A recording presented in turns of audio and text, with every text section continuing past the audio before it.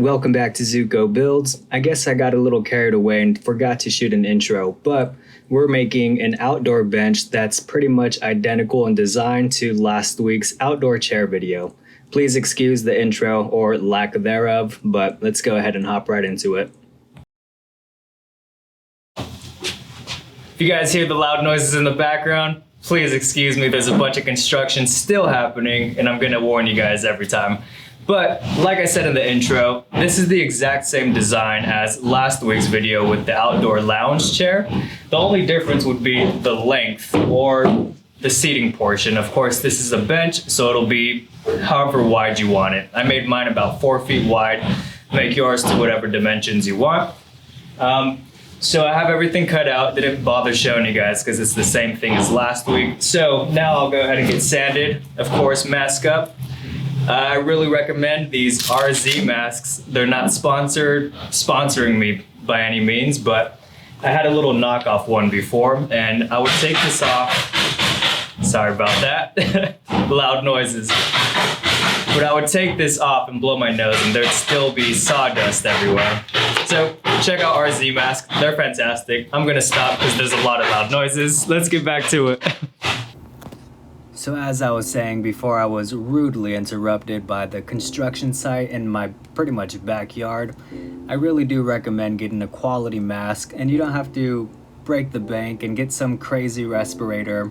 RZ mask makes these perfect, lightweight, but super functional masks, and they're perfect for when you're sanding. I don't have any sort of filtration, so I usually just point a fan, blowing the sawdust out the garage door, and this mask really does make a difference. Like I said, I had a knockoff and I would still blow my nose with a bunch of sawdust, and this just doesn't happen anymore. They're not sponsoring me, but I really do recommend protecting your nose, protecting your lungs, and staying safe in the shop. I'll have them linked down below in the description, so go check them out. Now that everything is sanded buttery smooth, I'm gonna go ahead and mark out the thickness of these 4x4s just so I know where I can counterbore safely without going too far over. I'm gonna counterbore some 3/4 inch holes so I can plug the screws with dowels.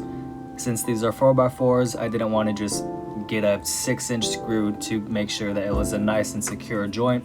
So I'm gonna counterbore about half of the thickness and then drill in my screw from there. Once I have those marked out, I'll go ahead and eyeball the center of the width between the end and that mark we made.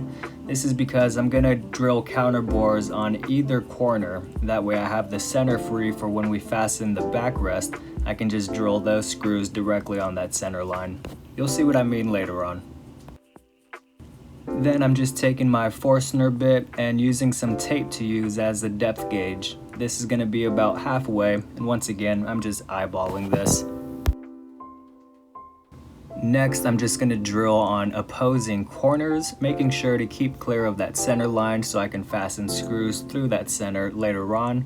When you're using a Forstner bit, especially something this big, make sure to pull in and out just to clear the waste. You can see me getting a little caught up here, and that's because there's all this waste building up, so be sure to clear that waste every now and again. It'll just make pulling that Forstner bit out a lot easier. Now we can start gluing up our base. I'm just going to take the pieces with the counterbores in them and turn them face down so that those holes are on the table. That's because we're going to be joining the opposite side, obviously. And I'm just pressing it up against the top and bottom pieces that they'll be joined to, so I have a reference of where to put my glue. I don't like measuring things too much, so if I can use it as a reference, I'll do that. You want a healthy amount of glue on here, but not so much that all you're doing is cleaning up the squeeze out, but you want a fair amount, and we're gonna go ahead and use a square to make sure everything is nice and square on all 4 corners, clamp it in place until we fasten some screws. And to note, I am using Titebond 3 because it's rated for outdoor use and I believe it's waterproof. So if this is going outside, use Titebond 3. Other than that, I always recommend Titebond 2.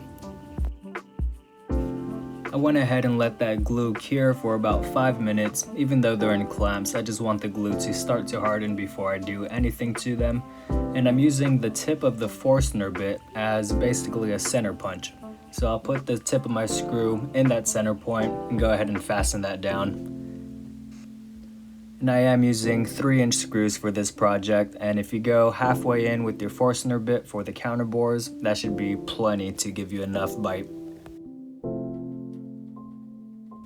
And you should have your 2 bases pretty much ready to go. I'm gonna keep these in clamps until I don't need them in clamps anymore, but for now I'll go ahead and move on to ripping down the runner for the slats to sit on. For the runners, I'm just taking a scrap piece of 2x4 and I'm gonna clean up one edge, use that against the fence, and rip these down to about 1.5 by 1.5 inch strips. These should be plenty strong and hold up well over time.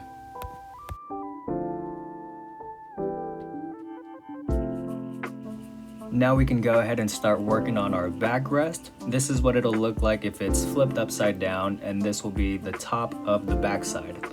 I just want to continue that center line we marked in between those 2 counterbores. That way I can know exactly where to drill without coming into contact with the previous screws. And to do that, I'm just taking a speed square, lining it up with that existing line and continuing it over to that adjacent face. Next, we can drill those counterbores for that face, and instead of going opposing corners on this side, I'm just gonna drill directly on that center line. There should be plenty of space so the screws don't come in contact with each other. So now I have this flipped over as if you're looking at it from the front. You can see that the piece we just attached is now on the top, which is the backrest, and we have to add the bottom support. To do that, I just have some spacer blocks about 7 inches tall, and I'm gonna clamp them to either side of the legs and rest this bottom support piece on top of those and fasten those in the same way. We don't have to worry about coming into contact with any other screws, so drill the counterbores center or opposing corners. It's gonna be more of an aesthetic thing, so you guys go ahead and pick. Before fastening this, I went ahead and made sure that it sits level on top of my spacer blocks. Once you know that you're good, go ahead and add some glue, pop this guy into place, add a clamp, and repeat the process of counterboring and fastening your screws. Now that we have this support clamped into place, to find the center, I'm just taking my combination square, making a mark, and then carrying it over to the face that I'll be drilling. This is the easiest way. You don't have to do any sort of measuring, and this was pretty damn center if you asked me. Then just go ahead and repeat the process of counterboring and fastening your screws. I went ahead and drilled on that center line instead of going in the corners. And if you want to do this with hidden joinery, you can always do the dowels on the inside, but I think it adds a little bit of character, a nice little accent when you can see those 2 pins. It's really preference. Do what you want to do. Now that we have that bottom back support fastened into place, we're going to take those same spacer blocks, move it over to the front, and repeat the process for the front support. Before fastening the front, just make sure that your 4x4s are leveled. If you don't have a level that's long enough to go across the back and the front supports, just take a scrap piece of wood, put a smaller level on that, and check the length of it. Make sure everything's nice and leveled. How many times can I say leveled? Now let's start working on our runners for the slats to sit on. I'm using 1x material for the slats, so I'm just taking my combination square and setting it to the exact thickness of these slats. That way I have a reference of where I should put my runner. I'm first going to add some wood glue to the runner, then I'll take my combination square that's set to the exact thickness of the slats, use that as a reference on the back support, clamp one side of this runner in place, and repeat the process on the other side. You might have to do some fine tuning, but you should have it in place, and I like to check by just sliding my combination square, and it should just be scratching the top of this runner. And once you have that perfectly into place, I'm going to drill about 6 pilot holes for 6 screws along the length of this runner. I'll fasten one end down with a 2.5-inch screw, make sure that everything is still nice and leveled, double check with my combination square, and if everything's good, I'll fasten the rest of the screws down. Before I finish for the day, just to let the glue fully cure before I start doing anything else, I'll go ahead and plug all of these holes.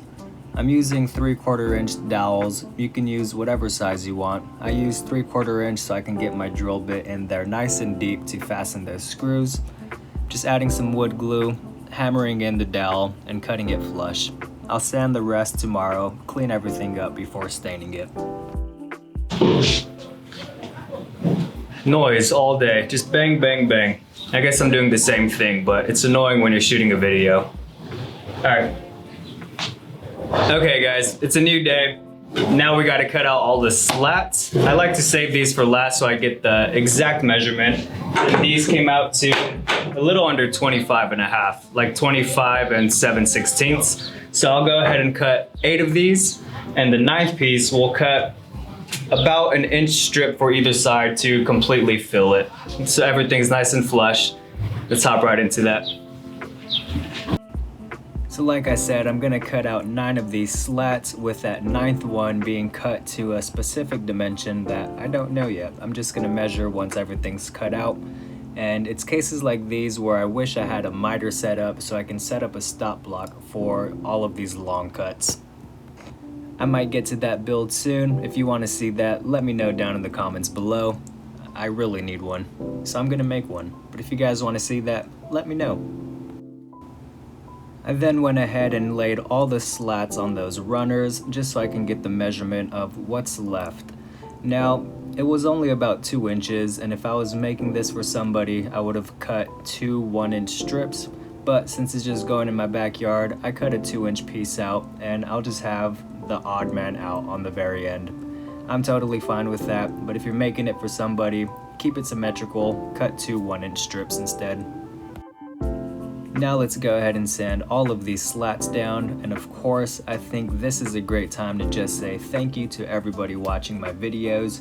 If you think any of the videos deserve it, hit that like button, subscribe if you like my content. All these little interactions really does help the channel grow, and when I see some movement with my channel, it really motivates me to just keep posting and giving you guys some great content.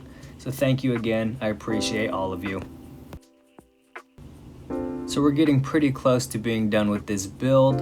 Now let's go ahead and clean up all the marks we made. Make sure those dowels are sanded smooth and flush. I'll go ahead and clean up whatever edge I might have missed to make sure nothing is sharp, everything is nice and buttery smooth. Then we can get into fastening these slats down and then onto finishing. To get these slats in place, I'm just going to fasten 2 screws per board, so 1 on either end. I'm not using glue because I think I might change these to 1.5-inch material instead of this 3/4 inch. I don't know yet.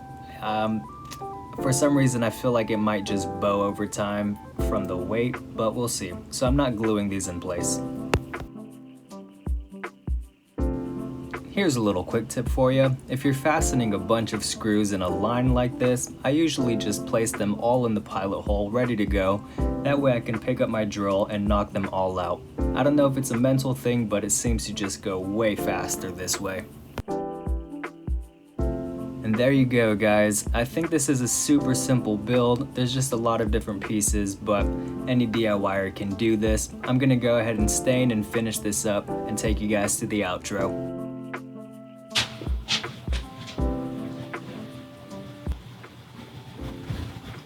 Boom. I think I'll use that for the thumbnail so that was less awkward. This way? No, this way's better. Ta-da! Yeah. Okay, that's today's build, guys. Like I said, it's the same design as last week's outdoor chair video. If you haven't checked that out, please go check it out. I'll leave it linked at the end of the video. It's the same thing, just a little bit longer because it's a bench. But this thing came out, I think, fantastic. I love it. It's super sturdy. And I didn't glue the slats down for the seat because I don't know if it'll bow over time because it's so thin. So I may change it to 2-inch material. We'll see. Time will tell. Other than that, I love the way it came out. It's perfect.